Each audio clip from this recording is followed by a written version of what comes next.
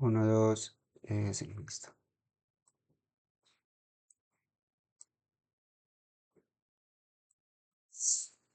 Bueno, ¿cómo les han ido con los exámenes? Si lo han podido observar, algo, lo han podido ver o algo, no. Porque he recibido muy pocos, he recibido solamente como cuatro o cinco exámenes. Igualmente tienen mucho tiempo, pero pues los cojo a la tarde. Pues bueno, entonces cualquier cosa, me interrumpen si me tienen alguna pregunta porque yo no puedo ver la pantalla. Y pues bueno, entonces vamos ya a ver ya las bases conceptuales de la metagenómica. Ya llevamos algunas bases construyendo pues todo lo, ya, o sea, construyendo todo lo que es la genética de poblaciones, como la teoría de primaria de esto, que es básicamente la teoría más maluca en cierto modo de esto, ya una vez se domina o se tienen las bases o los conceptos más básicos que les he dado, los cálculos, saber de dónde surge tal cálculo, tal otra, entonces ya esto es facilito. Entonces, ahora pues ya todo es como pasar todo lo que hemos visto ya un poco más al campo de la metagenómica. Y en esta sesión vamos a responder algunas preguntas, como por ejemplo, ¿qué es exactamente la metagenómica? ¿Cómo diseñamos un experimento metagenómico desde cero? ¿Qué tipos de muestras podemos estudiar y qué plataformas de secuenciación usamos? Y pues también por qué. Eh, y pues como les digo siempre, en la metagenómica entender las bases es súper importante porque si basura entra, basura sale. Entonces, básicamente, saber diseñar el estudio es importantísimo porque si no, pues a la final terminan con muchos datos y datos muy, muy malos o datos que simplemente no le sirven a usted para responder ninguna pregunta. Y pues bueno, entonces comencemos con qué es la metagenómica. Y se puede decir que la metagenómica es el estudio del conteo genético colectivo de comunidades microbianas directamente o a partir, mejor, de muestras ambientales. Esto sin necesidad de cultivar ningún organismo en laboratorio, y eso es muy importante porque como nosotros, esto como que es muy contraintuitiva toda la microbiología que nosotros conocemos típicamente, que es aislar, cultivar, tener todo muy controlado, la inocuidad, pero en este caso pues no es tan relevante el tema del cultivo, porque justamente eso es lo que se quiere, tomar una muestra de ambientes, diferentes ambientes, y no cultivar nada en el laboratorio. Y pues el prefijo meta, pues del griego más allá o más allá de, y pues entonces justamente es eso, estamos yendo más allá del genoma de un organismo individual para ver el genoma de toda una comunidad. Comencemos entonces con el gran problema del cultivo. Para entender por qué la metagenómica es revolucionaria, hay que entender o hay que hablar del gran problema del cultivo. Y es que desde hace décadas sabemos que más del 99% de los microorganismos que existen en el ambiente pues no son cultivables en laboratorio. Y esto no es un problema técnico, o sea, muchos microorganismos tienen requisitos nutricionales que simplemente no conocemos, o otros pueden vivir en interacción obligada con otros organismos, sea ya en simbiosis o comensalismo. Y hay condiciones ambientales que no podemos replicar en un tubo de ensayo, como por ejemplo presión, temperatura o composición química del entorno, pues con la exactitud que requieren estos microorganismos para crecer.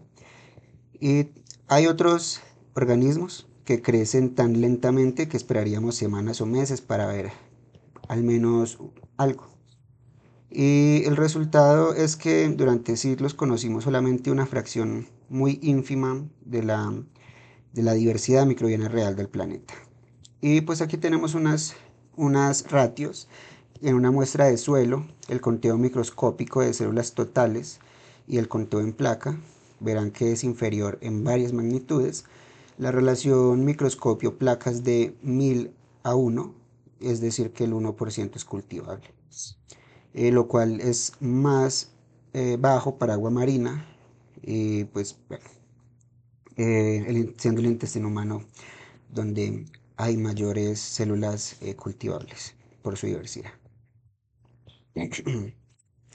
La metagenómica nació como respuesta justamente a ese problema de la cultivabilidad. Por cierto, a este programa se le llama The Great Plate Count Anomaly, así se encuentra en la literatura. Y pues bueno, nació para responder o dar respuesta a ese problema de que no había forma de cultivar. Y es que en 1985, sí, Carl Wood, quizá, ¿quién me puede recordar quién es Carl Wood? Porque les he hablado de él como 100.000 veces, a ver si han puesto atención. A ver, ¿quién se anima?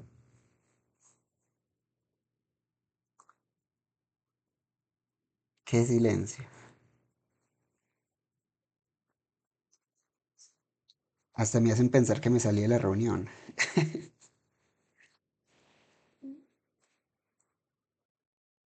Nadie, nadie. Nadie quiere decirnos quién es Carl Wood.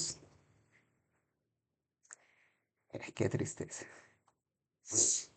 Y pues bueno, Carl Wood es el estudio del ARN, del árbol de la vida, que les he mostrado varias veces.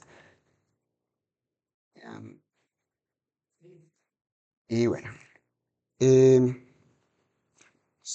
Carl Wood, como les había dicho en varias clases, él revolucionó la taxonomía microbiana usando la secuencia del ARN ribosomal 16S y demostró que existe un dominio de vida completamente aparte de las bacterias y los eucariotas. Perdón, un segundo, que es que estoy recibiendo muchas solicitudes de acá. ¿O no? ¿Alguien alzó la mano? ¿O no? Un mensaje. Sí, se grabará la clase. Sí, se grabará la clase.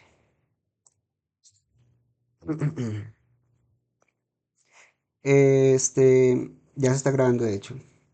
Entonces, pues Carl Wood, él revolucionó la taxonomía, pues usando el 16S, que les he mostrado varios árboles que se han hecho con él. Y Y pues ya en los años 90, investigadores como Norman Pease a la izquierda y Ed DeLong a la derecha, también este es Ed DeLong, ellos fueron un poco más lejos que Carl Wood. Ellos tomaron muestras ambientales directamente del agua, del mar y suelo y clonaron genes 16S sin pasar por cultivo. Y ellos haciendo esto descubrieron linajes microbianos completamente desconocidos y pues ya el término metagenómica fue acuñado ya en 1998 y cuando llegó la secuenciación masiva pues ya empezó todo casi que a acelerarse. Eh,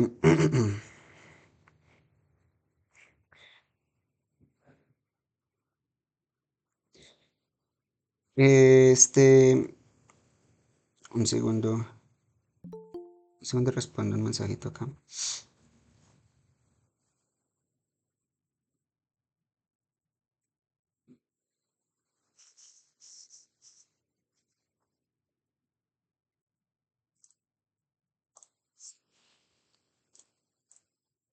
Listo. Bueno, y entonces ya con toda la metagenómica acelerada, hay un proyecto que es HITO en 2004, este señor llamado Craig Venter y colaboradores, ellos secuenciaron ADN directamente del mar de los Sargazos. Aquí podemos ver el mar de los Sargazos en esta manchita blanca. Y descubrieron más de 1,2 millones de genes nuevos cuando investigaron este mar de los Sargazos. Eran básicamente genes de organismos que nunca habían sido cultivados. Luego tenemos otro proyecto HITO que es el Human Microbiome Project, iniciado en 2007. Este proyecto se propuso a catalogar sistemáticamente la microbiota humana. Y luego está el Earth Microbiome Project, que está desde 2010 y sigue recopilando muestras de microbiomas de todo el planeta. Aquí podemos ver el logo del Human Microbiome Project y del The Heart Microbiome Project. Jesucristo. ¿Ustedes qué diapositiva están viendo? Que es que estoy viendo que estoy duplicada, tengo duplicada la diapositiva. ¿Están bien? ¿Están viendo ahí? ¿Bien? ¿Ven la diapositiva número, bueno, la revolución aquí en las gráficas? Sí, hay dos gráficas. Ah, ok, sí, porque es que estaba compartiendo ahora la otra pantalla, no sé por qué. Bueno, aquí podemos ver una gráfica que es el costo de la secuenciación a lo largo del tiempo. Eh, las, cu- la- las curvas muestran el costo de secuenciación por millón de bases, tengo en cuenta esto. Este, a la derecha podemos ver entonces una publicaciones en PubMed. Estas publicaciones son, bueno, este grafiquito lo hice el año pasado, ya me toca actualizarlo, pero si se fijan aquí bien abajito, pues dice que fue generado en el mes 10, o sea, en octubre. Bueno, no está tan viejo, pero ya creo que podemos encontrar más. Y pues aquí básicamente vemos publicaciones. eh, de metagenómica, y podemos ver, por ejemplo, algunas plataformas de secuenciación desde que empezaron a lanzarse. Aquí podemos ver, por ejemplo, el genoma del de $1000, que básicamente el genoma de $1000 fue un proyecto que se propuso a reducir el costo de secuenciación del genoma humano a $1000. Este, Y aquí a la derecha podemos ver otro grafiquito que también les hice para que tengan una idea del costo de secuenciación del genoma humano versus la ley de Moore. No sé si ustedes eh, que si conozcan la ley de Moore. No sé si no la podemos buscar para que la vean. Pero aquí pueden ver básicamente el costo si fuera comparado con la ley de Moore. Entonces, hay tipos de metagenómica. Hay que entender que tenemos que, cuando hablamos de metagenómica, no hablamos de una sola técnica, sino de todo un espectro de enfoques. El primero y más común es la metagenómica de Amplicón. Un segundo que estoy. La metagenómica de Amplicón, también llamada secuenciación dirigida, porque se dirige lo que se quiere amplificar con primers y pues en PCR. En este tipo de metagenómica se selecciona un marcador filogenético específico, casi siempre el gen del ARN ribosomal 16S en bacterias y arqueas, o el 18S en eucariotas, o aquí en eucariotas también últimamente ya no se está usando tanto el 18S para hongos. El estándar ya es utilizar el ITS para hongos. Hay varios marcadores ITS para hongos, entonces para que lo tengan en cuenta. Este, si ustedes vieron la sesión pasada hasta el final, yo les estaba comentando que ya existen otros enfoques combinados para encontrar para mayor resolución de taxonomía, para llegar hasta nivel de especie o casi que hasta cepa. Entonces, básicamente esa es la metagenómica de Implicon. La pregunta que responde esta metagenómica es quién está ahí, ¿cierto? Porque me está dando solamente una información muy pequeña del genoma y yo elijo esos objetivos. Un segundo, yo admito a alguien.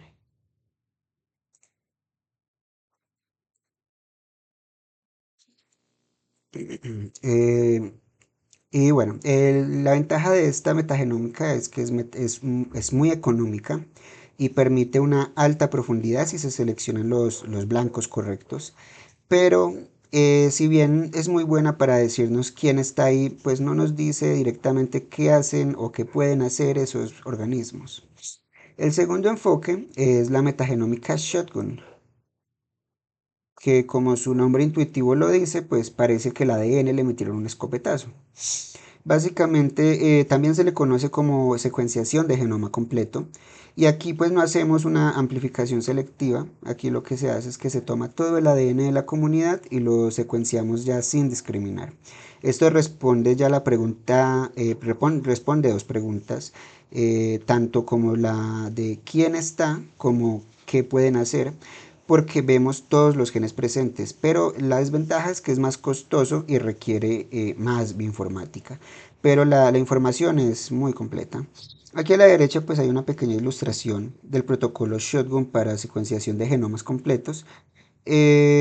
Involucra típicamente tres pasos. El primer paso pues es la sonicación. Bueno, aquí se utiliza la sonicación, pero el estándar ahora, bueno, hay varias formas de romper el genoma, pero el estándar ahora son el bits beating, que básicamente es unas perlas, unas cuencas, o no sé cómo les llaman en sus países, pero básicamente son unas perlitas pequeñas y esas perlitas se meten en un, eh, en un mezclador, y es, bueno, como eso tiene un nombre, en un vortex, y ese vortex pues básicamente lo que hace es que gira muy rápido y esas perlitas pues rompen tanto la pared como el ADN y pues lo, lo fragmenta.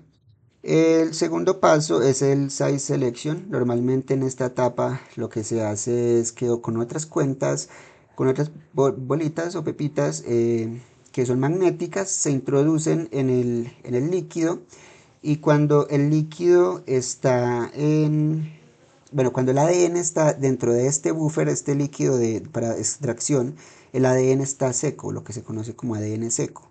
Y estas cuencas son negativas y, por ejemplo, sabemos que el ADN es negativo, entonces ustedes se preguntarán cómo se une el ADN a las cuentas si son electronegativas también, porque negativo y negativo se rechaza.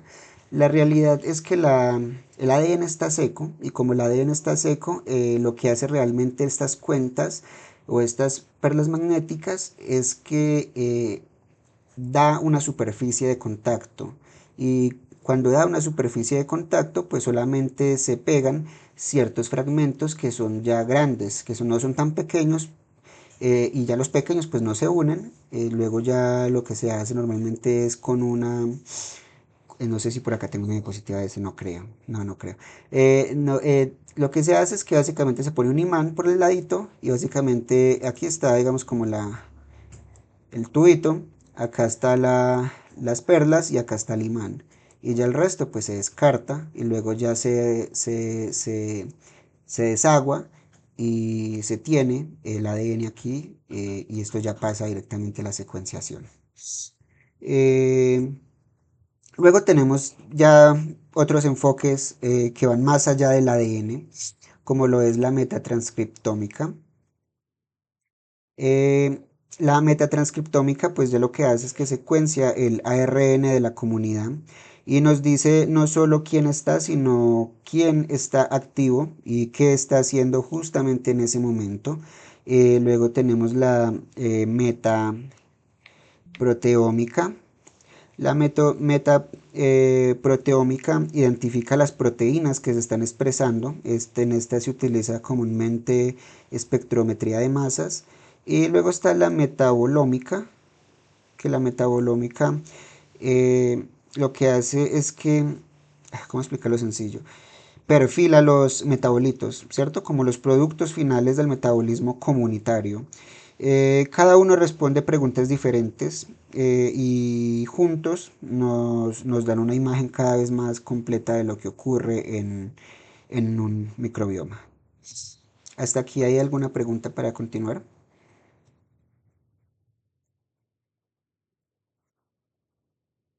Ok.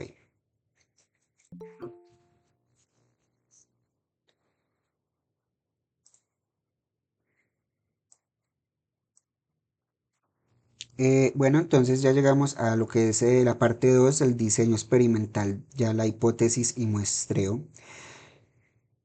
Como paso uno, o bueno, eh, el paso uno de todo diseño experimental, ¿cuál es? Pues definir, la pregunta de investigación, ¿no? Y pues este básicamente es el corazón de esta sesión, el diseño experimental, y empiezo entonces con lo más importante, y es que todo estudio metagenómico debe comenzar con una hipótesis clara.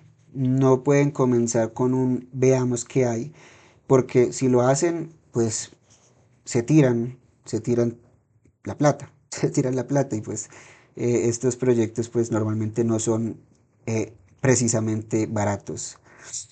Entonces necesitamos comenzar con una hipótesis clara y eso, porque eso, esto pues básicamente deben tomarlo como algo muy preciso, no sé cómo explicarles, porque pues esto no es un experimento y ya, es... No, sí, me entienden. Es que he tenido tantos clientes que llegan con datos y no sé, trauma. Entonces, básicamente la pregunta tiene que ser muy específica en este campo porque si no, pues se tiran la plata. Y entonces, ¿qué tipo de preguntas hay? En cambio de... Hay preguntas como las exploratorias, son del tipo, por ejemplo, qué bacterias están presentes en el microbioma intestinal de, no sé, una cucaracha o un koala. Cómo varía la diversidad microbiana a lo largo de un gradiente de pH en el suelo, ¿no? Y luego tenemos las comparativas, que estas preguntan si algo cambia entre condiciones. Por ejemplo, el microbioma intestinal difiere entre individuos sanos y pacientes con enfermedad de Crohn, o la aplicación de antibióticos altera la comunidad microbiana del suelo. Y luego también tenemos como las funcionales, que van más allá de la taxonomía. O sea, dice qué genes de resistencia a antibióticos están presentes, por ejemplo, en aguas residuales, ¿no? O qué vías metabólicas están enriquecidas en microbiomas de pacientes diabéticos, también un ejemplo. Esto entonces básicamente como primer paso definir la pregunta de investigación. Disculpa, Sí, dime. Juan, en la exploratoria podrías repetir cuáles son los casos que se presentan. En la exploratoria. Sí, por favor. Pues básicamente aquí son del tipo, la que yo les decía del koala, ¿cierto? Como qué bacterias están presentes en el microbioma intestinal del koala. Esa podría ser una exploratoria, ¿no? O puede ser también cómo varía la diversidad microbiana en diferentes suelos, ¿cierto? O contaminados, no contaminados. Entonces como que están explorando, esa es una tipo de pregunta exploratoria que básicamente nos responde ese tipo de preguntas. Gracias. Dale. Eh, Luego tenemos que seleccionar el tipo de metagenómica. Las preguntas que formulemos determinan el método que usamos, por eso les digo yo que necesitan un rumbo, porque si ustedes no tienen definida bien su pregunta de investigación, pues llegan al seleccionar qué tipo de metagenómica usar y pues no saben si van a hacer shotgun o esto. A mí me intentaron llegar con no sé si ya les conté, pero hicieron un Amplicon 16S y me llegaron intentando que yo les respondiera qué actividades metabólicas había allí. Y pues yo quedé como que, pues, o sea, sí, o sea, no sirve. Una terabyte de datos que no sirven. Y bueno, eh, entonces, justamente eso, la pregunta que nos hagamos determina el método que vamos a emplear. Para composición taxonómica básica, el Amplicon 16S es suficiente y aparte económico, como les decía. Si queremos combinar con mayor resolución, podemos, la diversidad de alta resolución, lo podemos combinar con Shotgun. Un segundo que me están escribiendo por WhatsApp. Ok. Si el objetivo es entender el potencial funcional, como por ejemplo qué genes hay, qué vías metabólicas existen, pues necesitamos ya un shotgun. Para reconstruir genomas completos desde la metagenómica, necesitamos, o MAX, eso le conoce como MAX, que eso es un dolor de cabeza, eso es terrible, horrible de hacer. Eh, necesitamos un shotgun profundo. Si el shotgun de por sí ya es pesado, imagínense un shotgun profundo. Eso son básicamente dos discos de 2 terabytes. Si está mal hecho, dos discos de 2 terabytes. Si está bien hecho, pues con 500 megabytes basta. Y bueno, de lo que la gente cree que porque secuencia más o porque tiene mayor profundidad, pues va a tener mejores resultados. Y pues no funciona así la vuelta. Si queremos saber, ¿Cómo podrías determinar la profundidad de ya, secuenciación, ya vamos allí, ya. ya sea para un análisis de transcriptómica, como para un shutdown profundo, como tú le llamas, reconstruir genomas? No, ahorita justamente tengo una diapositiva de eso, para que quede claro. Eh, Eso es la preguntita, ¿cierto? Por ejemplo, pues esta es la diapositiva, sí, aquí tengo como la profundidad típica, pero no hemos llegado allí ahorita. Hacia adelante, no hacia adelante. Eh, y bueno, ya si queremos identificar, por ejemplo, resistomas, podemos usar un shotgun o amplicón de genes de resistencia, que a veces es mejor estos genes de resistencia, sino que la gente se lía muy feo con esto, porque normalmente hay un vicio, o no sé cómo lo llaman ustedes, o un,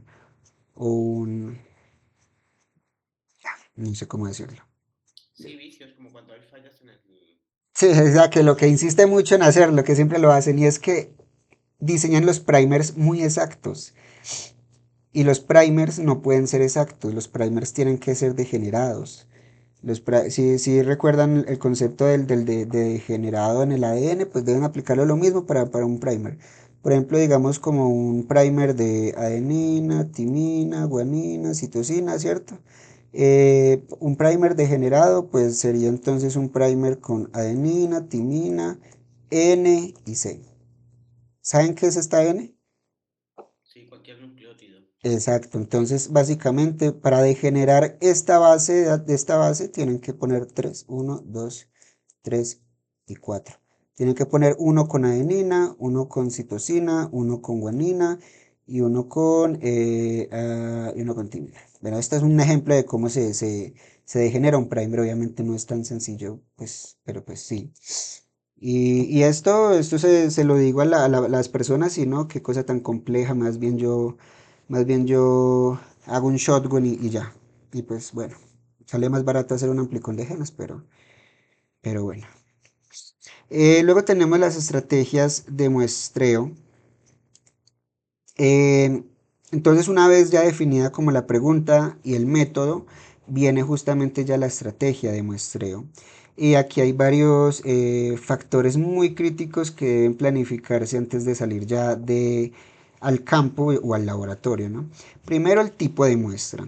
Las comunidades microbianas sabemos que habitan prácticamente todos los ambientes concebibles: el suelo, el agua dulce, el agua marina, aguas residuales, no sé, aire, piel, intestino, boca, geyser, bueno, y minas ácidas, hielo ártico también, bioreactores, bueno, en fin, un larguísimo etcétera.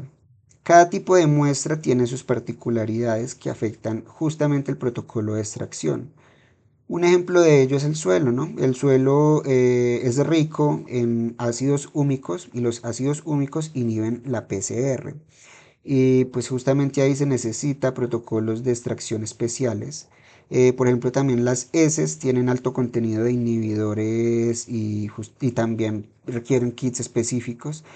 Mm, el agua a veces tiene biomasa tan baja que hay que concentrar el material, hay que concentrarlo haciéndole varios filtros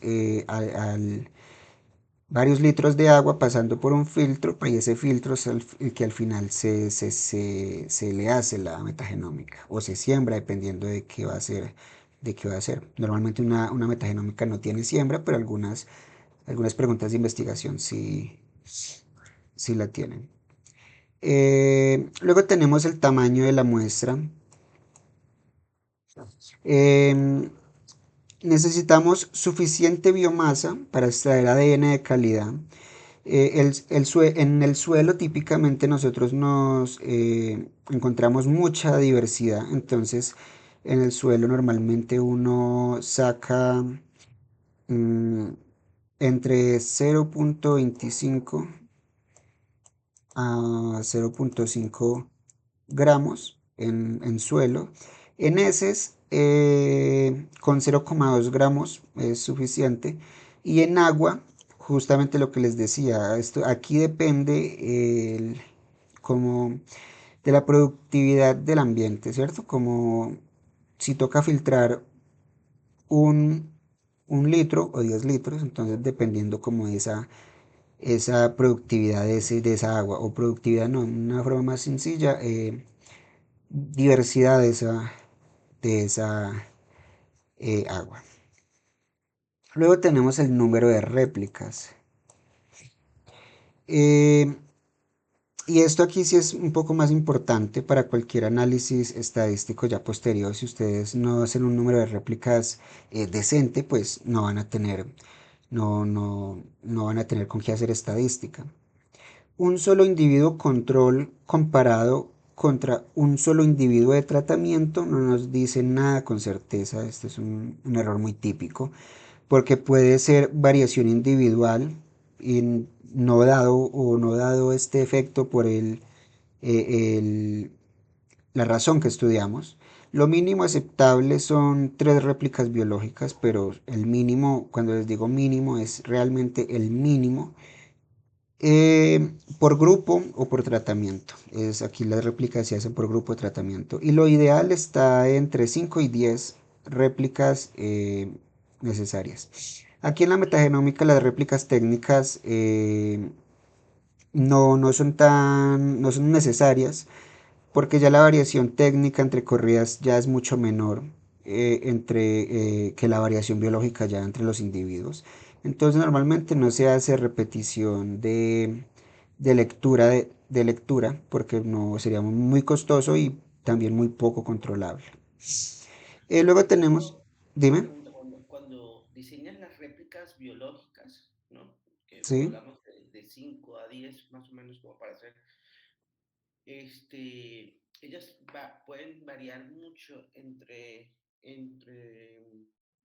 una y otra, eh, porque no todo se comporta bajo la normalidad, ¿no? ¿Cómo alcanzas a captar verdaderamente cuál es esa muestra mínima que necesitas como para que represente esa población que tienes? O sea, Es que ¿cuál es justamente la sí, porque el suelo, disponibilidad que verdaderamente quieres tener al final, que te valide los datos? tal vez lo preguntas por el suelo, ¿no? Porque el suelo es muy heterogéneo. Y pues justamente para eso son las réplicas en suelos. Normalmente se hace un tamizado. Para tomar una muestra de allí de suelo se tamiza y se toma luego una muestra que va entre los 0,25 a los 0,5 gramos. Bueno, muchas veces también puede ser en organismos infectados. Las infecciones de un organismo o un tejido pueden variar. Y claro, entonces Ujú. cuando uno se plantea el análisis, ¿qué es lo que primero hace? ¿Cómo primero evalúo si mis muestras son verdaderamente homogéneas entre ellas o tienen una separación muy grande? ¿Cuál es ese punto Para de eso la muestra que voy a elegir? se utiliza el PECOA. El PECOA es un test estadístico que se utiliza para, de hecho yo tengo en mi LinkedIn, tengo subido un caso de estudio completo de una de la esclerosis no, artritis reumatoide, donde se encontraba que en individuos de artritis reumatoide temprana y ya persistente, son individuos de mayor población de un tipo específico de bacteria, no me acuerdo del nombre, pero si gustas puedes pasar y lees el documento, ahí se utiliza justamente el test de PECOA. Ese test es un test que nos dice básicamente que está variando, pero aunque si bien el test es para diferentes individuos, pero sí es un poco más lo que tú estás preguntando, que es básicamente lo que hace, es decirme cuáles son los individuos que están dando ese cambio estadístico. O no sé si esa es la pregunta que hacías. No, no tanto el cambio estadístico, porque, Ah, ok. digamos, tienes Cuando no hay suficiente para hacer réplicas, ¿no? digamos algo así, digamos, entre una muestra, en una fase inicial de infección, tal vez un individuo tiene una infección leve, ¿no? Sí, vale. Entonces, Es que como si fuera en muestras clínicas normalmente se tiene muy en cuenta lo que se llama el quitome. No sé si lo hayas escuchado. un ojito.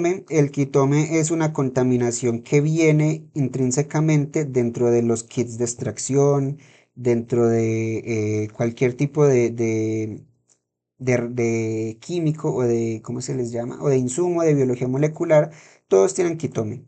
Sí, Normalmente en un estudio clínico, el 50% del presupuesto se va en secuenciar los mismos, ¿cómo les digo? Los mismos insumos.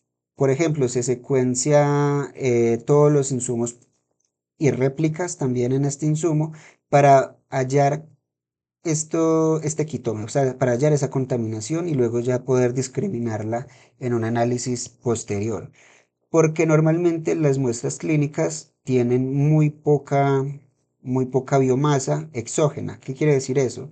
Muy poca biomasa que no sea el del hospedero. Entonces, normalmente también hay un paso en control de calidad de secuencias, que es, de hecho, la próxima clase vamos a hablar de eso.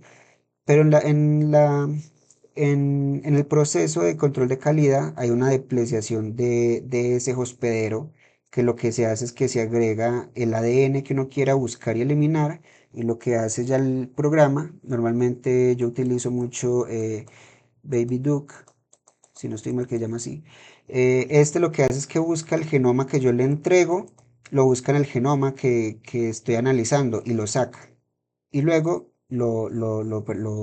me deja el ADN que yo tengo normalito, sin el ADN del hospedero. Y luego ya con el quitome a mí me puede dar resultados de algunas bacterias de donde extraen ciertas proteínas o ciertas proteínas, ¿no? Entonces puede haber contaminación de este quitome y también se introduce y se elimina posteriormente.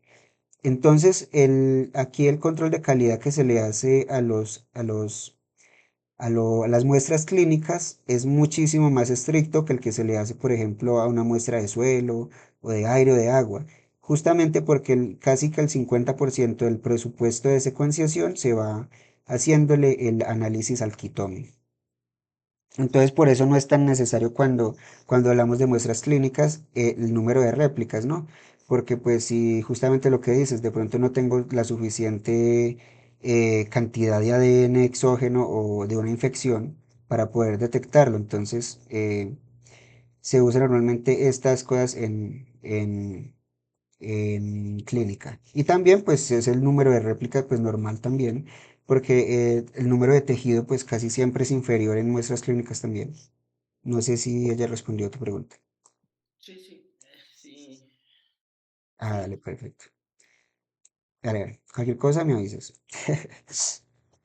Bueno, entonces nos quedamos en dónde, en el número de réplicas o en dónde nos quedamos, ya me olvidó. Ah, sí, En justamente. controles, estábamos en las Controles, sí. réplicas y vamos para los controles. Ah, sí, sí, sí.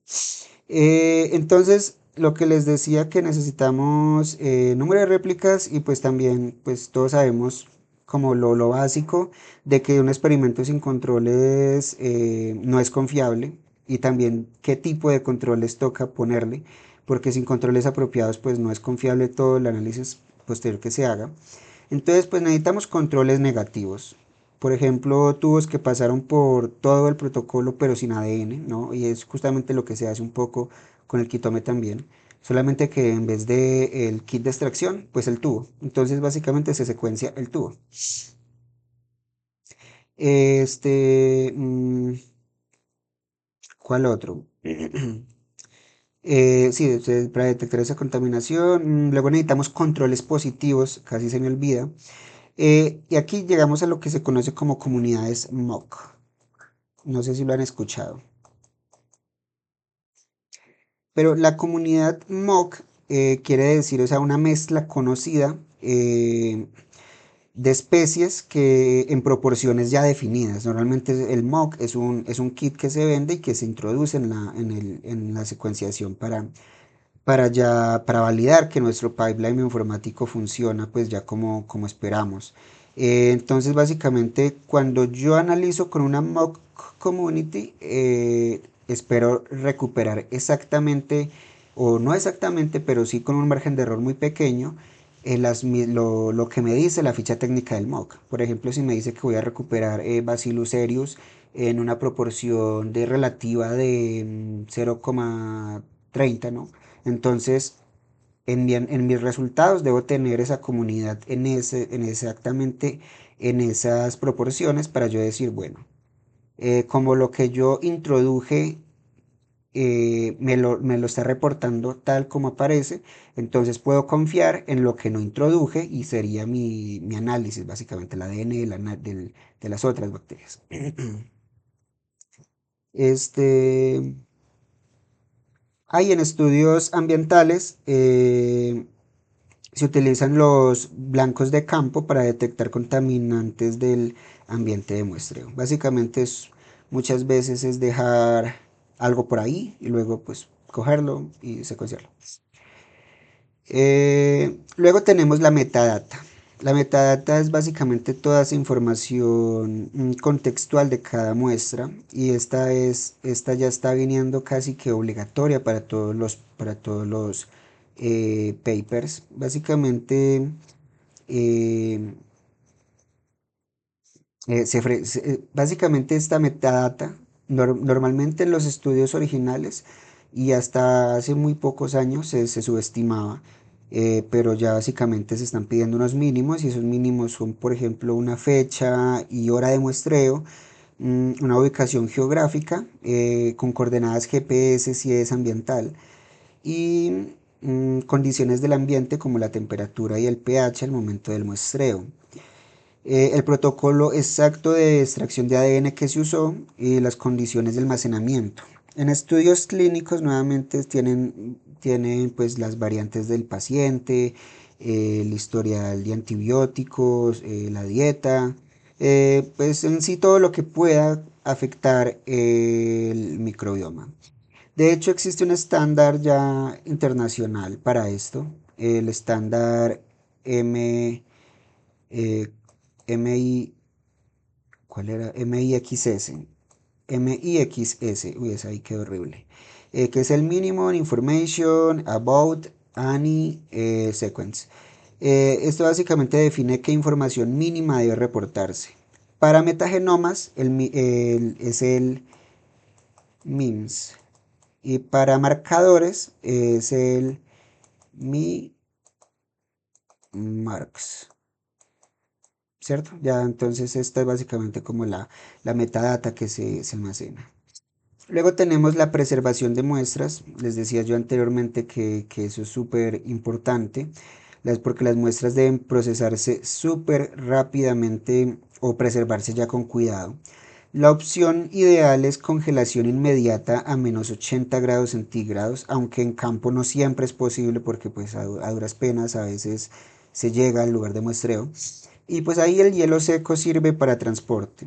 Entonces, pero para metatranscriptómica, que trabaja ya con ARN, aquí sí es indispensable el nitrógeno líquido porque el ARN se degrada rapidísimo. No sé si ustedes recuerdan cuando estábamos hablando de los riboswiches, que me preguntó un muchacho que si qué pasaba con con eso que en esa ARN del riboswitch, y pues básicamente le respondí que se degrada, o sea que no tiene tiempo ni siquiera para ser reutilizado, y justamente por eso les digo, es que la ARN es una cosa increíble, y aparte de que nosotros tenemos ARNasas en todo lugar, en la piel, en las superficies, en el aire, en todo lugar hay ARNasas, entonces sí es indispensable trabajar ahí con nitrógeno líquido.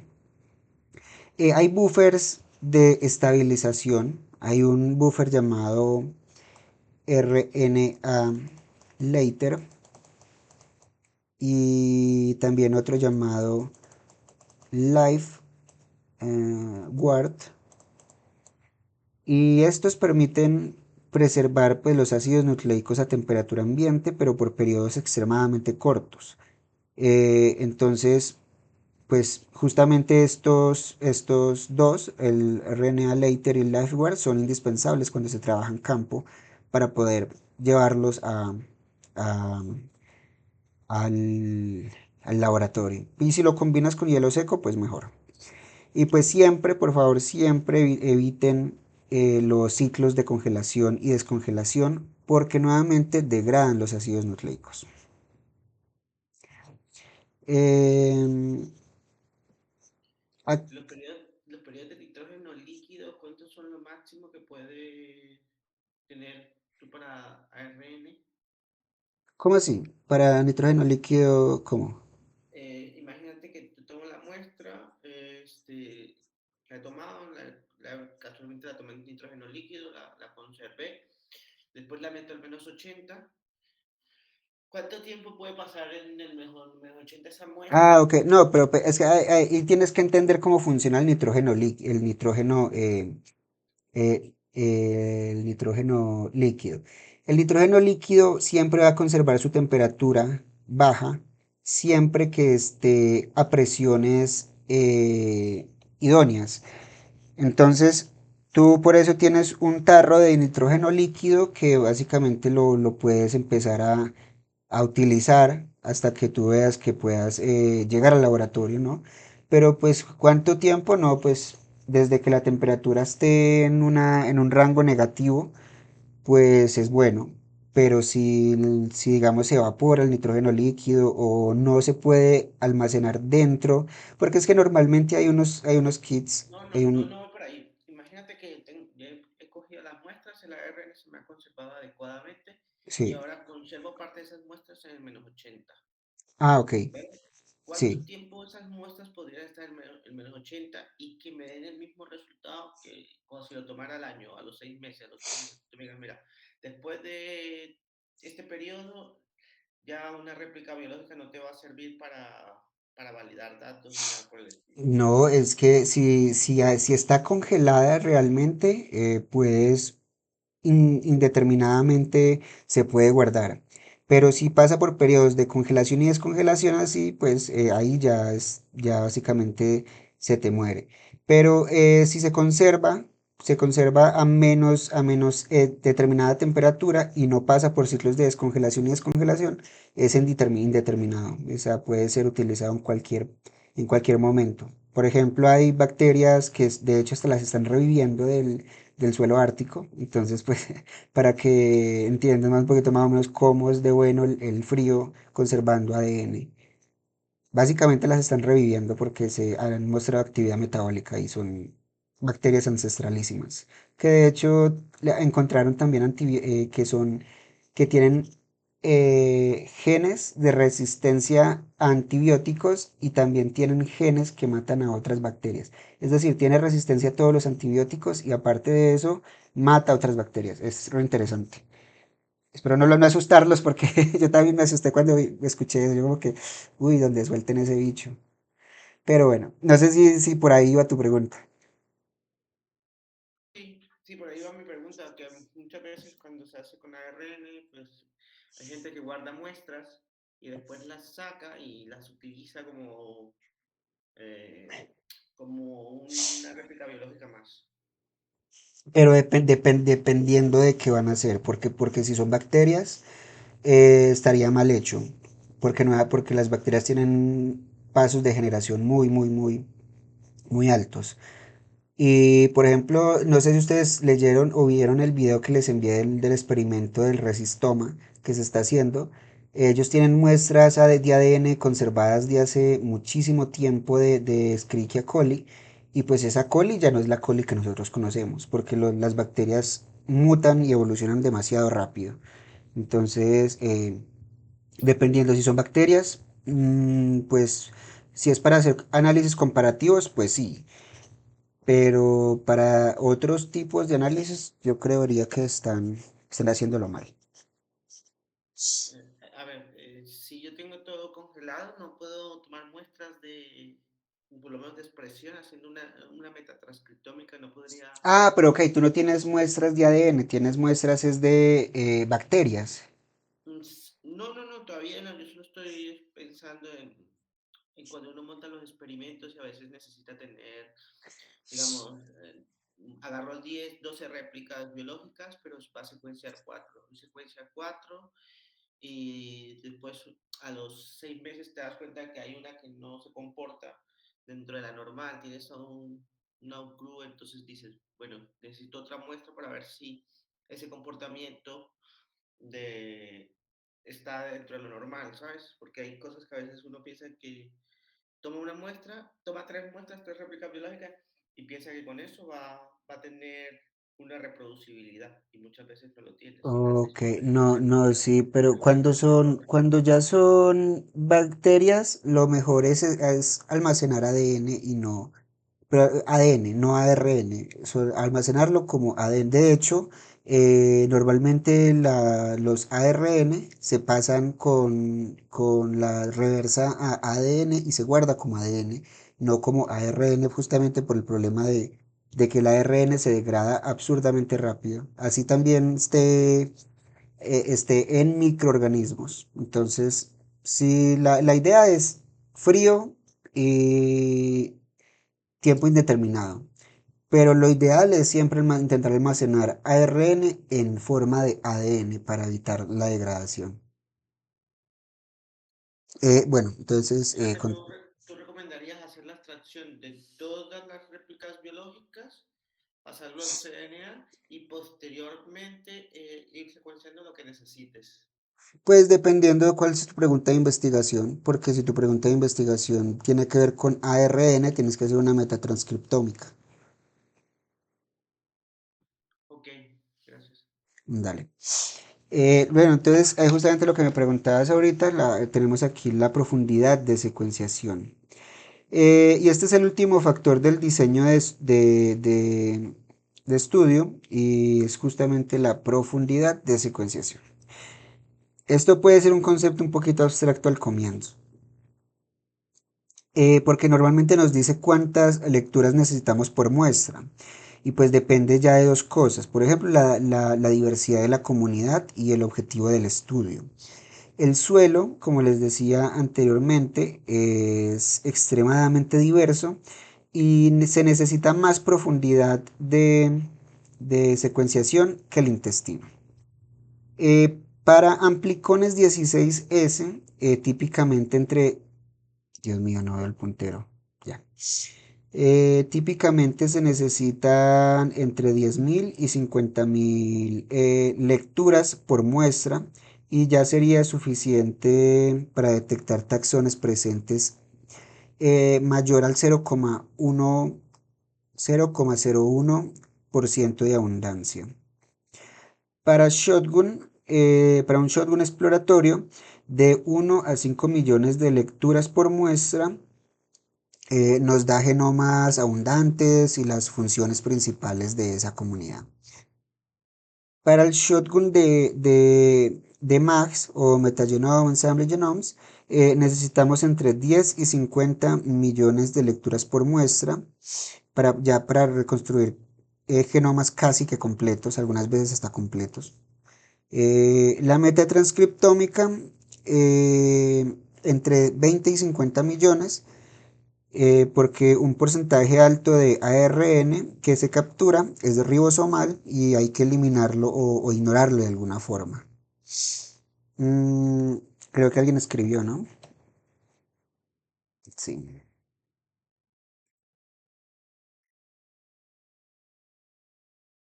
No, no estás viendo Ok. ¿Cuál están viendo? ¿Cuál diapositiva están viendo? La profundidad del genoma, profundidad de Profundidad de secuenciación. secuenciación. Ah, ok. Ahí está. No, pues sí, creo que es problema tuyo entonces.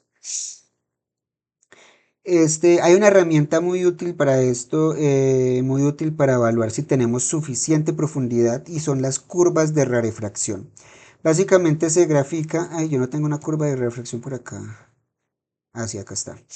Este tipo de gráfica es muy útil para evaluar si tenemos la suficiente profundidad. Si la curva se empieza a aplanar, y eso significa que se aplana y se satura, significa que ya secuenciamos lo suficiente y más lecturas no nos darían organismos nuevos, pero si la curva sigue subiendo, pues se necesita más secuenciación. Este concepto de, de la profundidad de secuenciación, tomémoslo así de la siguiente forma. Digamos que hay una comunidad que tiene, simplifiquémoslo, una bacteria por cada 10.000 de otra especie. Básicamente nosotros con esta profundidad lo que intentamos hacer es ir más profundo en cada análisis, porque si nosotros secuenciamos así de primera, entonces voy a tener una cantidad de una bacteria y de 10.000 de la otra bacteria. Entonces, si yo quiero detectar esa una bacteria que está muy poquita, lo que tengo es que aumentar las lecturas por cada muestra, porque en cada una de esas lecturas hay probabilidad de que caiga el ADN de la una bacteria. No sé si así lo entiendan un poquito mejor, pero pues la curva de rarefracción es como la mejor aliada para eso, porque si nosotros secuenciamos y ya empezamos que hay un aplanamiento, pues básicamente ya podría decir no voy a secuenciar más. Alcancé el número máximo de especies observadas porque ya no está detectando más y pues me detengo aquí. Y pues el bolsillo se lo agradece. Luego tenemos la extracción de ácido nucleico. Oiga muchachos, ¿qué hora es? No sé si ¿les quieren los 15 minuticos de descanso o seguimos derecho? Por mí podemos seguir derecho porque si no, a veces quedan los temas como Ah, sí, es a veces. pendientes. Sí, entonces sigo derecho, muchachos. Bueno, a falta de objeción, sigamos derecho. Extracción de ácidos nucleicos, entonces. La importancia de la extracción de ácidos nucleicos. Un segundito que me están escribiendo. Listo. Entonces, con el diseño definido y las muestras ya en mano, nosotros, esta parte es muy importante y la importancia radica es que cuando ya llegamos como al dry lab, o no, al wet lab se llama, estas jergas, y el paso ya más crítico de todo es el proceso experimental, el proceso experimental que ya es la extracción del ARN o del ADN. Y un mal protocolo aquí puede introducir sesgos. Por ejemplo, algunas bacterias se lisan fácilmente con detergentes suaves, otras tienen paredes celulares muy resistentes como las que vemos aquí y requieren métodos más agresivos. Y pues si la extracción favorece a ciertos organismos, todo lo que veamos después será o estará sesgado hacia esos organismos que están de más. Y además podemos perder biomasa o peor aún, coextraer inhibidores que interfieren con la PCR o la secuenciación. Entonces tenemos métodos de lisis. Este es el primer método de lisis, la lisis química. Y estos métodos de lisis, bueno, se dividen en tres partes, en tres grupos grandes. La lisis química, que usa detergentes como el SDS o el Tritón X100 para romper las membranas y se combina con proteinasa CAM para digerir proteínas. Este, este método, pues, la ventaja es que dañan menos el ADN y producen fragmentos de ADN más grandes o más largos, perdón. Y esto es importante si vamos a hacer un ensamblaje. La desventaja de la lisis química es que es ineficiente para bacterias gram positivas, como la vemos aquí a la izquierda, y para esporas. Por ejemplo, vean una espora cuánto tiene. Tiene básicamente un búnker, parece un búnker iraní, vea eso tan protegido. Y pues la,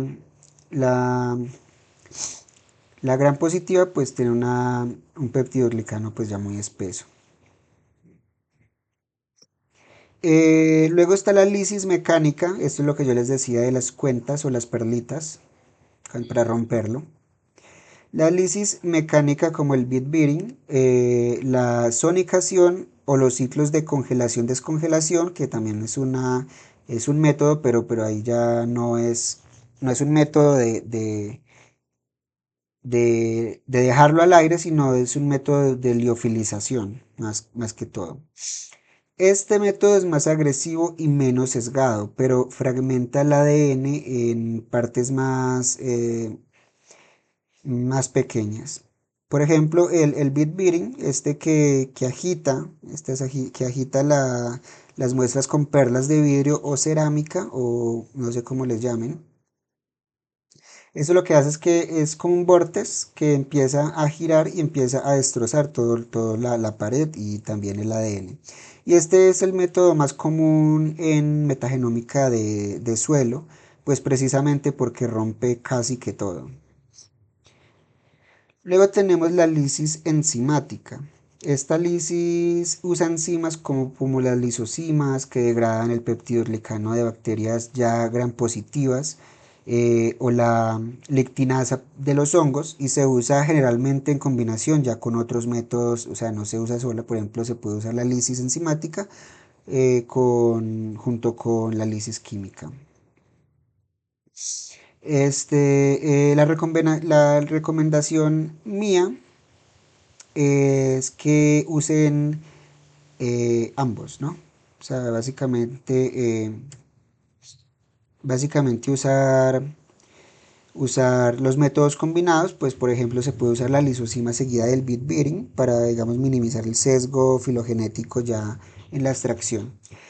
Y bueno, aquí hay algo que son los kits comerciales y versus los protocolos caseros, ¿no? Yo les digo caseros, pero pongo ese caseros con dos comillas porque no es que todos tengamos esto en la cocina, ¿no? Eh, estos kits, pues los kits de empresas como por ejemplo Kiagen, como este que vemos aquí, o este otro que es ay, yo no me acuerdo, este es de Simo o de, no, este es de Movio se llama este, y ya es de Simo. Estos tienen la ventaja de estar estandarizados, son reproducibles, rápidos y vienen también con la columna de purificación integrada. ¿Qué es la columna de purificación? Lo que yo les decía de las bolitas magnéticas. Y con el imancito, esa es una columna de purificación. La desventaja pues es el costo, son muy caros.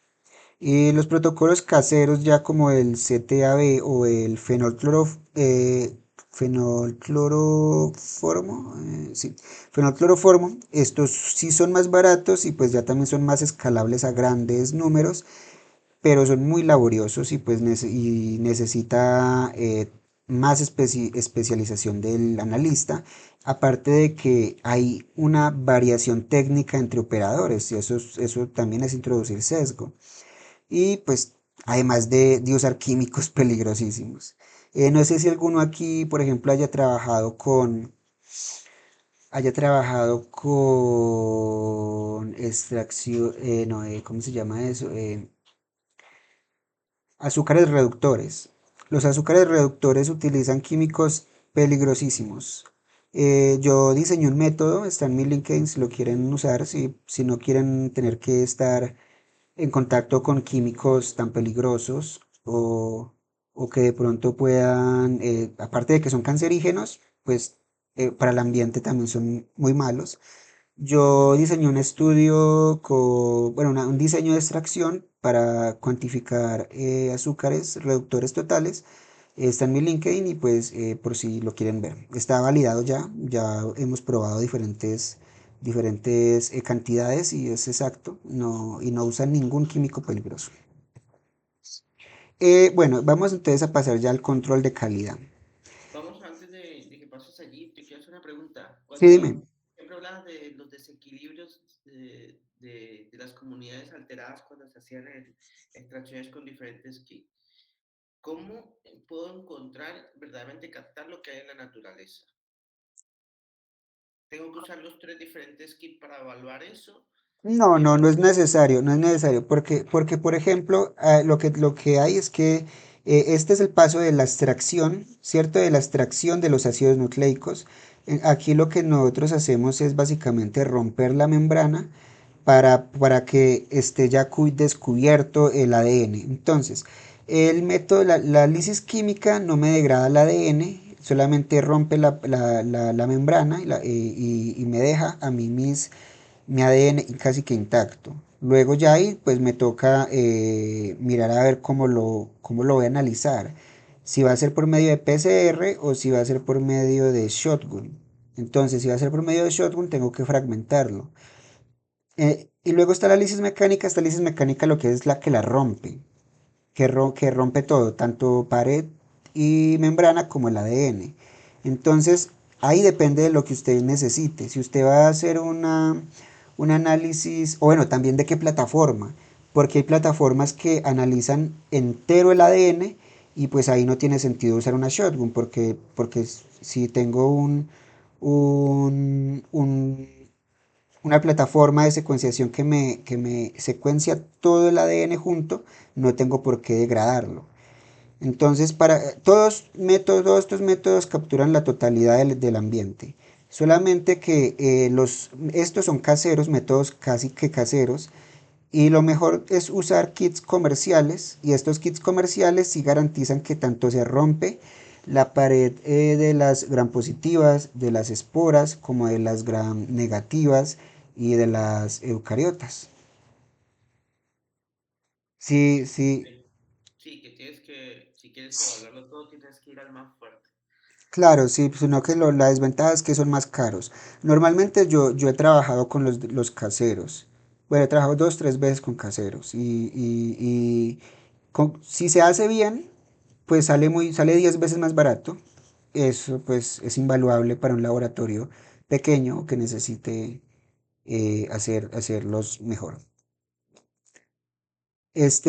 Bueno, vamos ya a pasar entonces a la evaluación de calidad de ese ADN.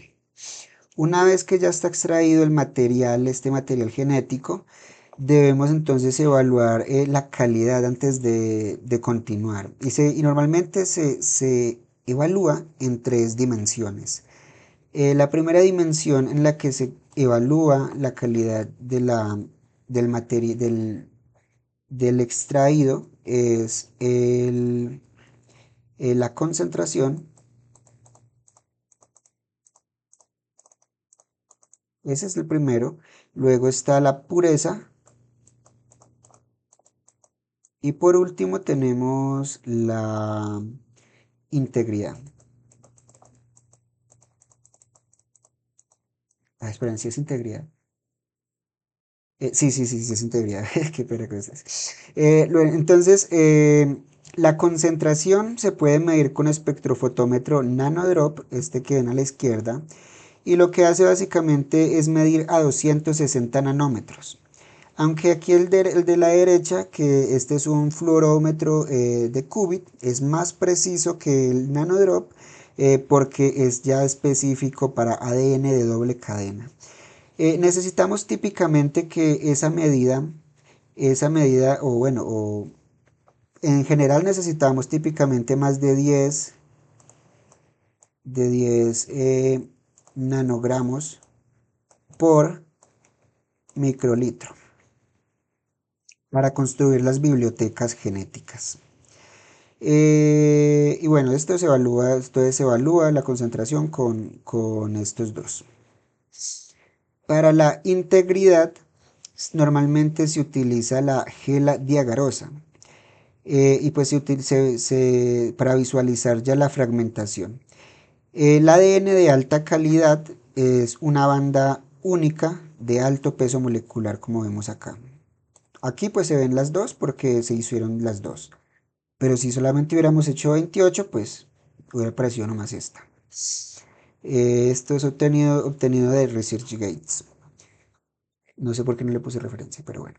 Eh, y pues cuando el ADN está degradado, pues se ve básicamente una tirilla de estas.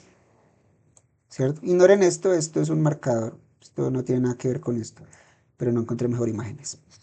Y bueno, también la integridad se puede evaluar con estas máquinas para más, ya se usan para más precisas y automatizadas las mediciones.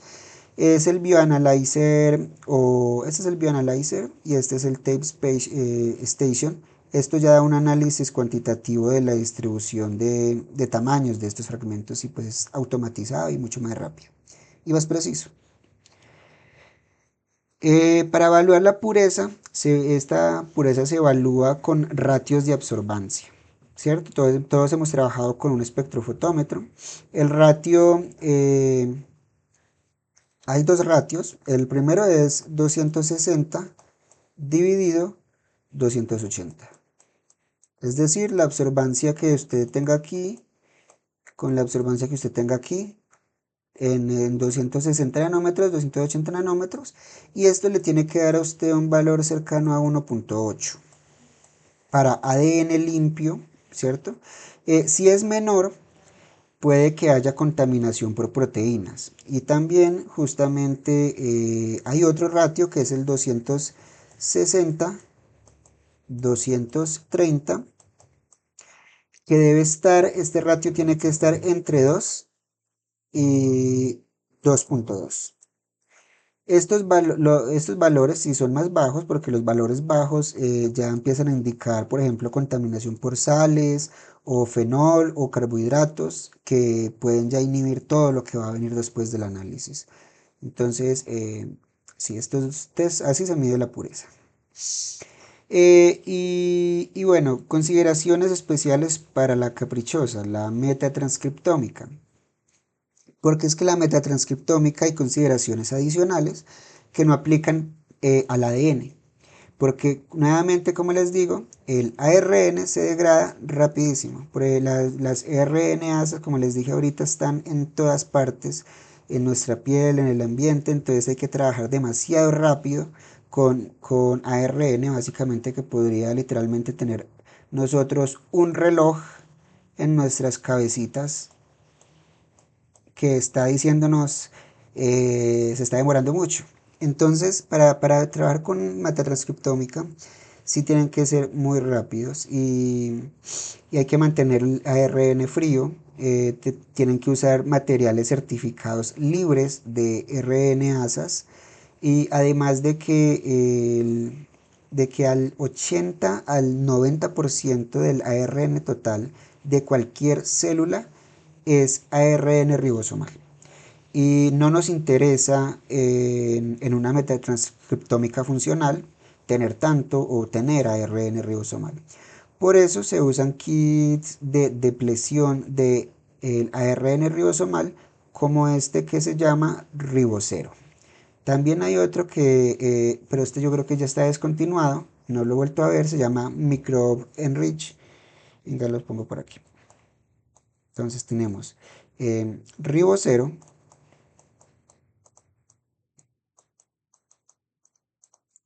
y también tenemos aunque no sé si ponerles este, porque de hecho lo busqué en internet para ponerles una imagen y no lo encontré. Eh, Microbe Enrich. Estos pues son kits de depresión del ARN. Esto lo que hacen es básicamente ellos usan un oligonucleótido, ¿cómo se dice? Oligonucleótidos biotinados, si se dice biotinados, biotinilados, perdón, que se unen al ARN ribosomal y luego tienen perlitas, unas perlitas pequeñas que tienen streptavidina y que capturan, porque como todos sabrán y si no lo saben, sépanlo ya, que la biotina y la streptavidina son básicamente dos imanes. Hay un montón de usos de biología molecular y por ejemplo la prueba de Lisa, ojalá no me esté equivocando, pero sí la prueba de Lisa utiliza justamente ese principio de capturarlo y eliminarlo así con este sistema de biotina streptavidina. También se mide el otro concepto que es importante, el RNA Integrity Number, pero es que no sé cómo explicarles esto. Este RNA Integrity Number es un... Bueno, eso lo mejor lo vemos más adelante porque no quiero, no, de pronto bueno, de pronto no. Aquí a la derecha podemos ver una imagencita y una métrica que vale la pena mencionar aquí si es la RPKM, esta, que básicamente son lecturas por kilobase de transcripto por millón de lecturas mapeadas. Esta es una medida de normalización en metatranscriptómica y de RNA sequencing que corrige dos sesgos al mismo tiempo. Porque pues los genes más largos, como pues si se intuye, los genes más largos reciben más lecturas, pues simplemente porque son más largos, ¿no? Y las muestras con más lecturas totales tienden a tener conteos más altos. Entonces lo que hace esta métrica del RPKM es básicamente que divide ambos factores para que podamos comparar niveles de expresión ya entre genes, entre diferentes longitudes y entre muestras con diferentes profundidades de secuenciación. Si les parece abstracto, no se preocupen, igualmente vamos a tener una sesión de la teoría de esto que pues se va a volver a ver con mayor detalle. Y pero lo que yo le decía ahorita, por ejemplo, aquí tenemos esta es un proceso de RNA-seq, sequencing. Primero se extrae ya el RNA y se elimina la contaminación de DNA con DNasa. Después varios filtros pues se pueden aplicar para remover el ARN ribosomal pues altamente abundante, como por ejemplo el método que les dije de Ribocero o Microbe Rich. Y,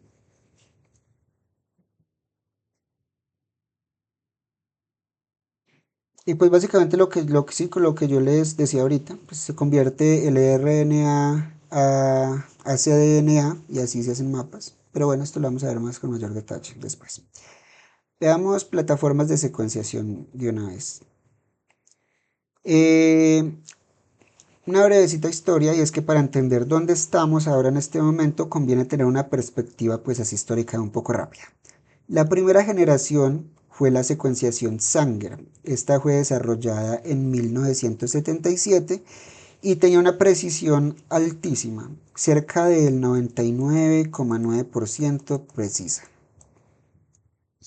Y, y lecturas largas de hasta 800 pares de bases. Pero era extremadamente de bajo rendimiento y extremadamente costosa. Esta secuenciación Sanger ya no se usa en metagenómica, salvo que se quiera hacer una validación de secuencias específicas. Porque esto hasta tenía una... Es que si ustedes pueden ver este proceso, tenía hasta que insertar el fragmento de ADN en un vector de clonación y después de la clonación, no, y básicamente era una corrida, o sea, una corrida de enlaje agarosa por cada nucleótido. Por cada nucleótido que se quisiera confirmar era una corrida en la electroforesis. Entonces imagínense todo lo que ustedes tienen que hacer. No, Dios mío. Entonces, por eso era tan precisa, pero pues imaginarán ustedes lo costosa que es tener que hacer hasta clonaciones y electroforesis. No, no, esto no. Y no era para nada rentable. Em, Luego, pues ya la segunda generación, que se le conoce como NGS, por eso, por ejemplo, hay varios libros que se llaman NGS, como aparece aquí las referencias de las imágenes, de Next Generation Sequencing. Esta fue básicamente la revolución de la secuenciación masiva y paralela. porque con esta tecnología miles o miles de millones de lecturas se podían hacer simultáneamente y pues esto hizo viable la metagenómica ya como disciplina rutinaria y pues ya tenemos luego la tercera generación, sí, la tercera generación que estamos viviendo ahora y esta produce lecturas ultra largas hasta cientos de kilobases que permiten ensamblajes de altísima calidad que antes eran pues increíble, poco creíbles que se podrían tener. Entonces veamos Illumina. Illumina es la plataforma dominante hoy en día. Su principio se llama Sequencing by Synthesis o también SBS. El proceso pues se los voy a simplificar un poco. Básicamente se consta eh, se fragmenta digamos el ADN a tamaños de entre 200 a 500 pares de bases y se ligan adaptadores universales en los extremos. Estos adaptadores que se fijan aquí son adaptadores que se unen a todo el ADN que se introduce. Luego, estos fragmentos se unen a una celda de flujo o también se le conoce como flow cell. Es muy común escuchar el flow cell en la secuenciación, que tiene oligos ya complementarios en su superficie, los complementarios a estas dos adaptadores. Y ya ahí se amplifica localmente por PCR en fase sólida y esto genera grupos de clones idénticos que se empiezan a llamar desde allí como clústeres. Ya después, bueno, aquí podemos ver, por ejemplo, un poquito el proceso. Aquí ya está pegado a su, a su igual, ¿cómo se dice? Um, Me perdí. ¿Cómo es? Complementario. Eso, complementario. Dios mío. Bueno, entonces aquí ya se puede ver cómo se une a su complementario y empieza a hacer la SBS y por cada terminador que se agrega, esto es reversible, hay un escaneo de fluorescencia. Pero bueno, esto también lo vamos a ver un poquito después porque no vale la pena explicar todo esto tanto. Y pues ya viene la secuenciación pues propiamente, que es en que en cada ciclo se incorpora pues ya el nucleótido fluorescente nuevamente con terminadores reversibles, esto es súper importante. Esto bloquea la adición del siguiente nucleótido y se toma básicamente como una imagen, ¿cierto? Como una imagen de ese instante. Y el color de la fluorescencia básicamente dice qué base es la que se incorporó. Y pues luego se termina el terminador y el ciclo se repite. Aquí una pregunta para ustedes. ¿El terminador dónde está? En el Literalmente extremo, ¿no? en el extremo, ¿cuál extremo? El 3. Ajá, 3'. Ahí está bloqueado, hay un bloqueador, un fluoróforo bloqueador que cuando se libera produce fluorescencia. Y esa es la imagen que se toma. Y por eso era importante hacer los repasos que vimos. Em, y bueno, la señal colorante. Aquí sí, espere yo. Ay, ¿dónde está la otra imagen? Mm, bueno, finalmente si nosotros queremos mezclar múltiples muestras en este secuenciación, lo que hacemos es que agregamos lo que se le conoce bueno, agregar múltiples muestras le conoce como pooling, ¿cierto? O también multiplexación. Y justamente para hacerlo se necesitan que estos marcadores universales se comporten como etiquetas. Y básicamente, ¿qué significa? Pues que ya no solamente me está sirviendo este extremo para complementarse, sino que también me está sirviendo para identificar cuál muestra fue la que yo introduje. Porque si yo introduzco la otra muestra, pues va a tener este diferente. Obviamente no tan diferente, pero sí va a ser diferente y pues básicamente así lo puedo yo etiquetar. Obviamente uno sabe cuál es la secuencia de estos adaptadores y así es que finalmente se, se separan. La familia Illumina tiene este paso de la derecha se los voy a explicar en otra clase, pero básicamente es un poco similar. Básicamente se puede replicar en una gotica, esto es básicamente una gota de agua, o sí, una gota de agua en un recipiente de aceite, y aquí adentro lo que hay es una perlita, y esa perlita tiene justamente el complementario tal como lo vemos acá. Y pues este tipo pues se llama en fase líquida, y luego cuando es directamente en el flow cell se llama en el estado sólido. Eh, y bueno, como les decía, la familia Illumina tiene plataformas para todos los tamaños de proyectos. El MySec es uno muy utilizado. Sí, acá está. El MySec es tiene un rendimiento de 0.5 a 15 gigabases. Esto o sea, tiene de 0,5 a 15 millones de bases. Este es el más usado en el contexto el MySec es el más usado en el contexto del Amplicon 16S. ¿Qué más les podría decir de acá? No, pues la longitud de la lectura, dos lecturas paired end. ¿Qué significa esto? Que tanto el 5' como el 3' se lee. O hay una corrida y una venida. Y es importante marcar la, la ida y la venida, como le acabas de decir. No, Creo que es así. no, esta se hace automáticamente, porque cada una de estas, cuando se agrega el marcador, pues por complementario es el mismo marcador.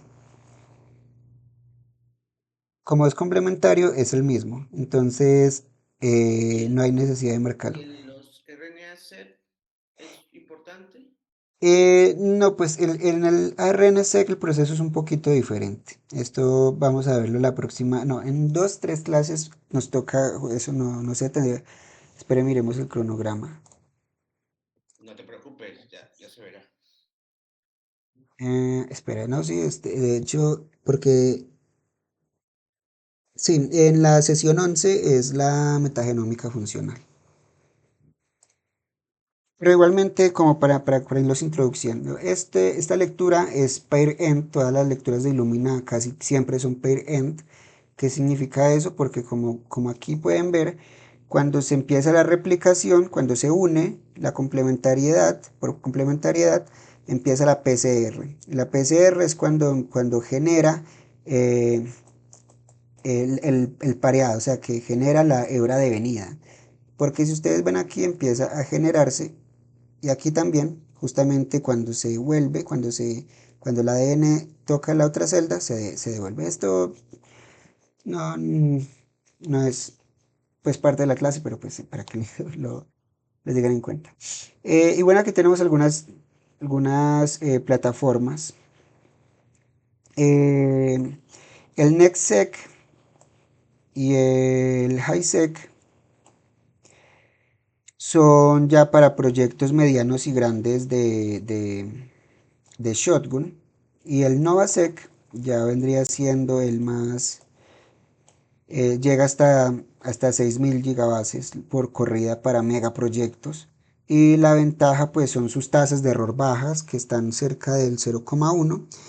Y el protocolo pues está bien establecido, el costo por base es bajo. Y el ecosistema de software pues ya es muy maduro, ya casi que no necesitamos programar mucho para manejar esto. La desventaja principal son las lecturas cortas, que complican el ensamblaje y la resolución de regiones repetitivas. Este, luego ya tenemos el Pacifico Bioscience. Esta es la segunda gran plataforma. Su tecnología se llama Single Molecule Real Time Sequencing, es un acrónimo, es SMRT, ese es el nombre de la tecnología. Y es que en lugar de amplificar la molécula, la ADN polimerasa trabaja directamente sobre la molécula individual, en el fondo ya de nanopozos o nanopocillos. Estos nanopozos se llaman, esto tiene un nombre todo raro, Zero Mode Wave Guides. Entonces aquí lo que ocurre es que incorporando nucleótidos fluorescentes en tiempo real, ya las lecturas promedio son de, digamos, 10, 30 kilobases. Y hay otro módulo que es el HiFi. Y este HiFi, eh,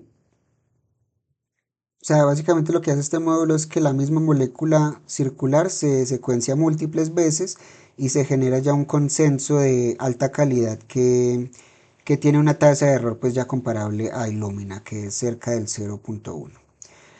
Tiene longitudes típicas de 10 a 30.000, pero normalmente no se ven más de 25.000. De 10 a 25 kilobases básicamente, más fácil. Y pues esta es una maquinita de esas. Las ventajas de esta tecnología es que pues que tiene lecturas largas y esto permite ya ensamblajes mucho mejores. No tiene sesgos de guanina citosina y sin necesidad de PCR si se usa suficiente material. Las desventajas pues son el mayor costo por base y el menor rendimiento total comparado con Illumina. Luego tenemos otra tecnología de tercera generación, y es Oxford Nanopores Technologies, o también conocida como ONT. Su principio es completamente diferente a las otras. Esta mide los cambios en corriente eléctrica cuando la molécula de ADN pasa cuando la ADN o ARN pasa físicamente a través de nanoporos proteicos que están incrustados en una membrana. Este, pues se sabe entonces que cada nucleótido tiene diferente electromagnetismo, y entonces justamente eso es lo que lee. Aquí podemos ver un circuito eléctrico básicamente. Lo que hace es que cuando pasa, este nanoporo detecta esas variaciones entre nucleótidos y va creando un consenso o una figura final de la secuencia.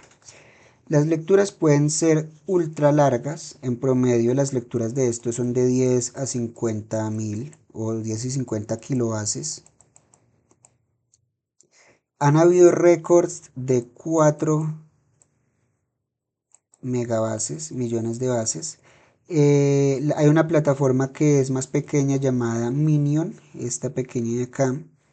Es muy portátil, básicamente se conecta por USB y es básicamente como una USB. Y se usa mucho en campo, incluso también en expediciones a zonas remotas y también en vigilancias de brotes epidemiológicos o epidémicos, perdón. También puede secuenciar ARN directamente sin la retrotranscripción, ¿cierto? Porque a veces para leer el ARN pues se toca hacer retrotranscripción. Y, y pues también detecta las bases ¿cómo se llama esto? Con metilación. Eh, ¿Qué más se puede hablar de esto? Pues las desventajas son una tasa de error mayor, ¿sí? Alrededor del 5 y 10% de tasa de error Aunque esto está mejorando rápidamente, ya puede haber unas con menor error, actualizaciones con menor error. Y una bioinformática muchísimo más desafiante, porque sus aplicaciones en metagenómica incluye ensamblaje de genomas completos, identificación de plásmidos, la detección de patógenos en tiempo real, y puede hacer bioinformática con secuencias largas, eso es una cosa que no le deseo a nadie. Las estrategias híbridas, pues esto yo se los recomiendo. En la práctica, pues la estrategia más potente hoy es combinar plataformas. Se puede correr Illumina, por ejemplo, se puede correr Illumina para... Un segundo que me están hablando por WhatsApp. Ok. Listo.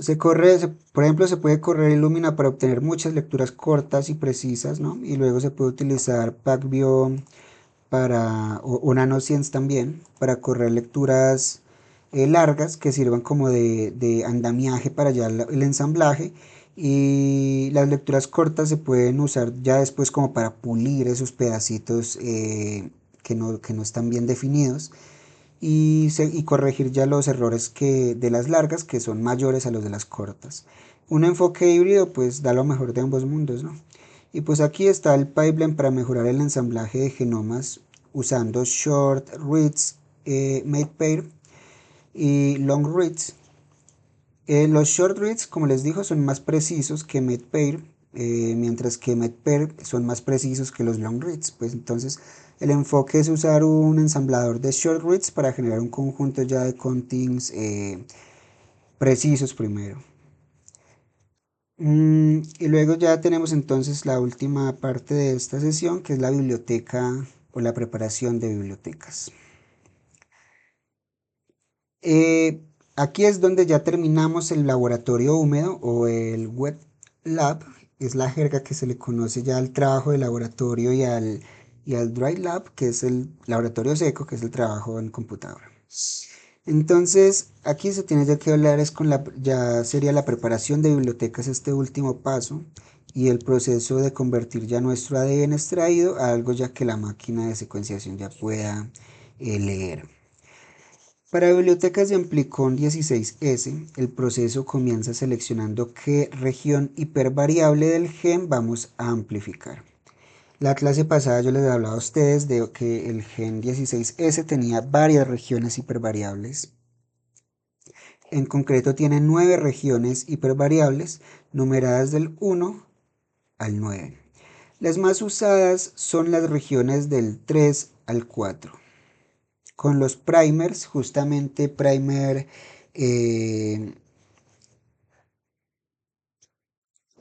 con los primers 341F y 785R.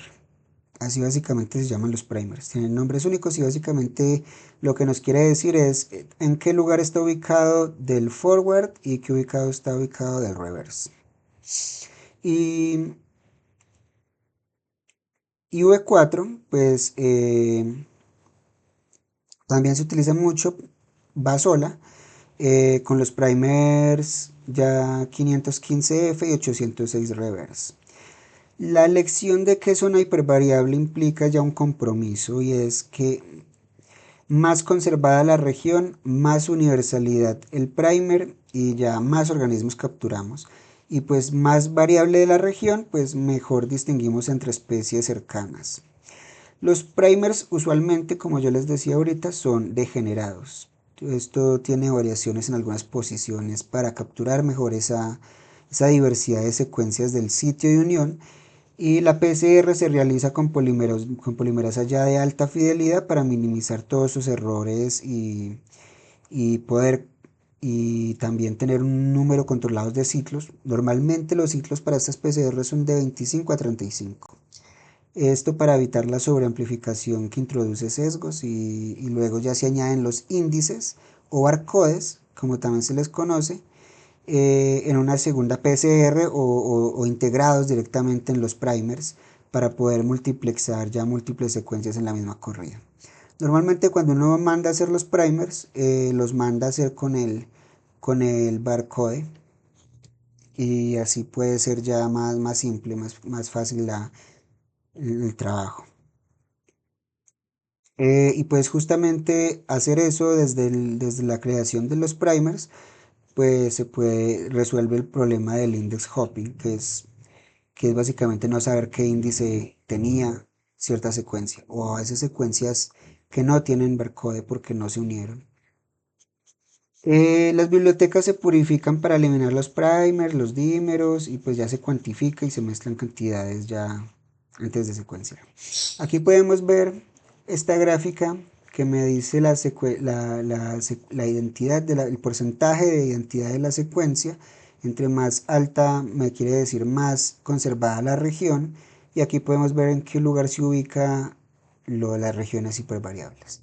Aquí a la derecha ustedes pueden ver los loops, las rosetas, los giros que forma la RN ribosomal ya unido, funcional, y por eso tenemos zonas hipervariables y zonas no conservadas.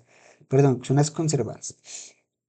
¿Ustedes en dónde creen que cae aquí mayormente una mutación? ¿En los loops o en las secuencias pareadas?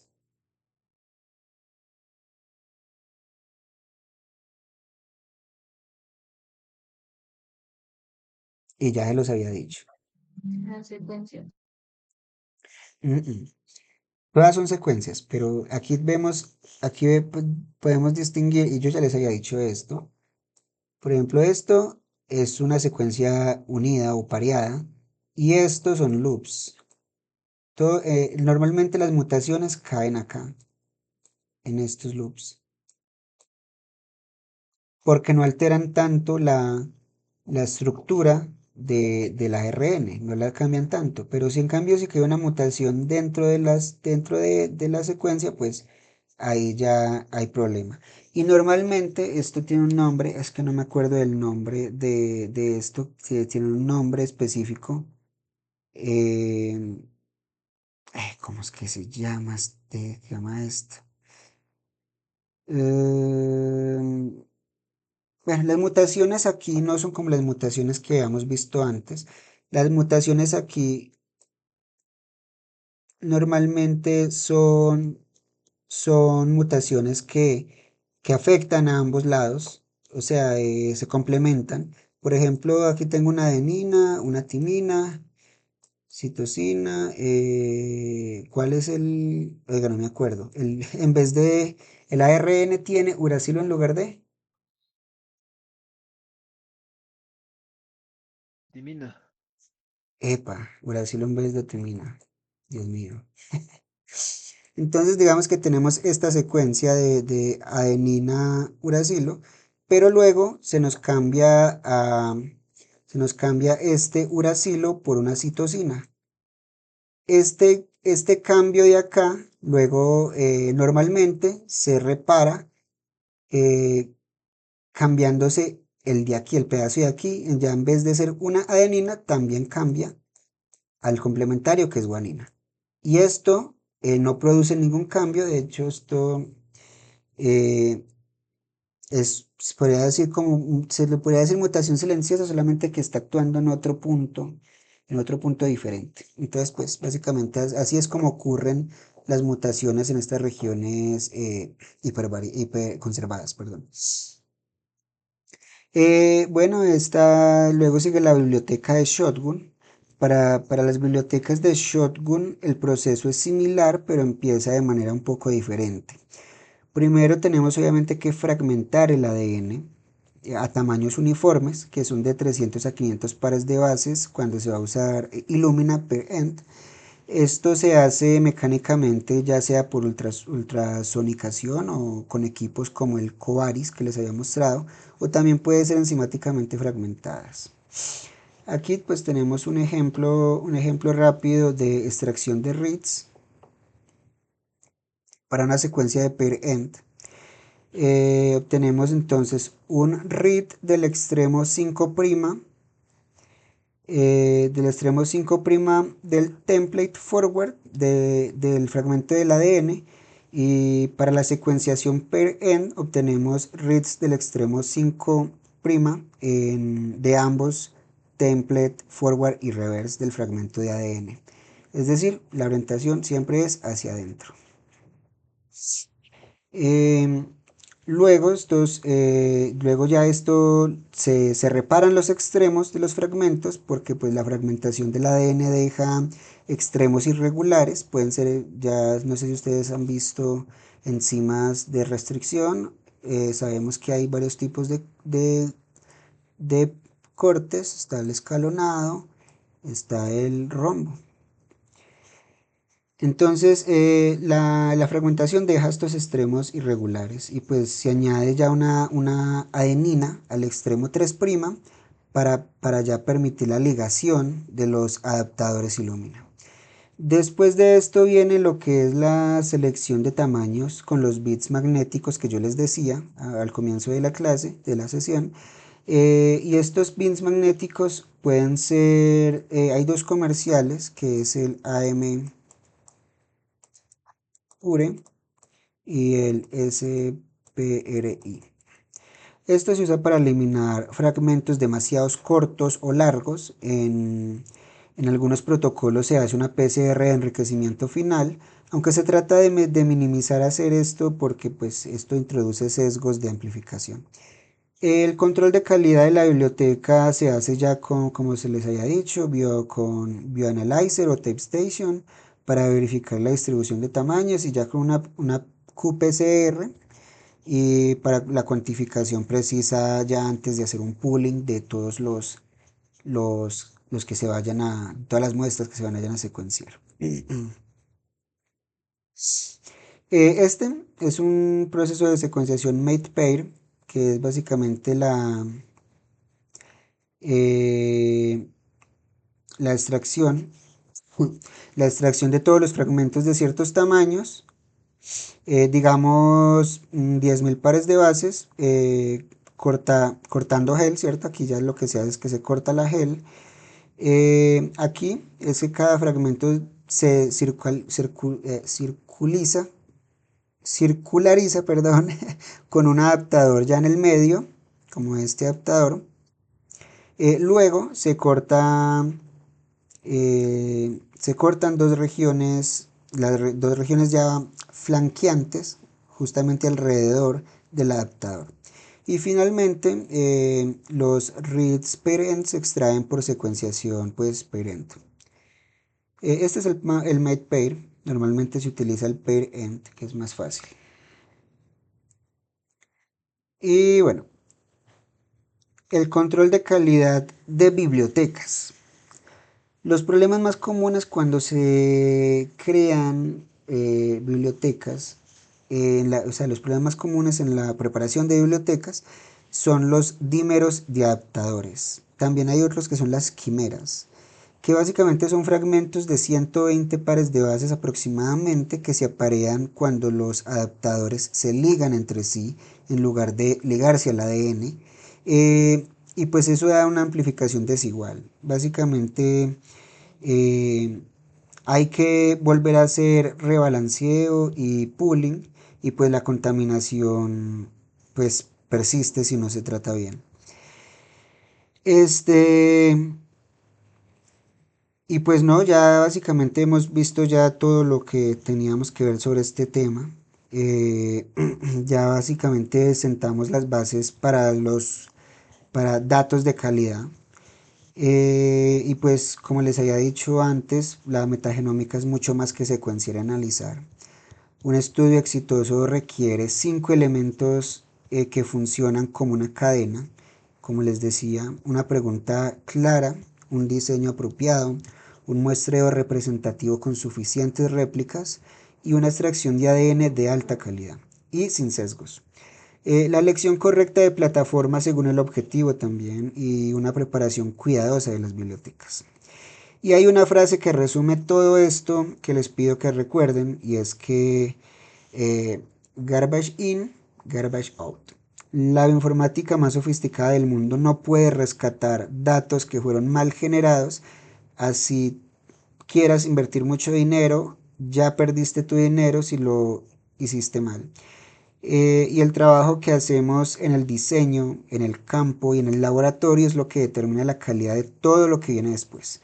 Podemos elegir el mejor modelo, la mejor bioinformática, el mejor computador, pero si la basura, los datos son basura, pues vamos a tener datos también de salida basura. Y bueno, esto ha sido todo de la sesión número 7. Los espero el próximo sábado para la sesión número 8. La sesión va a ser sobre muestreo y extracción. No sé si hay algún tipo de pregunta ahora que podamos resolver.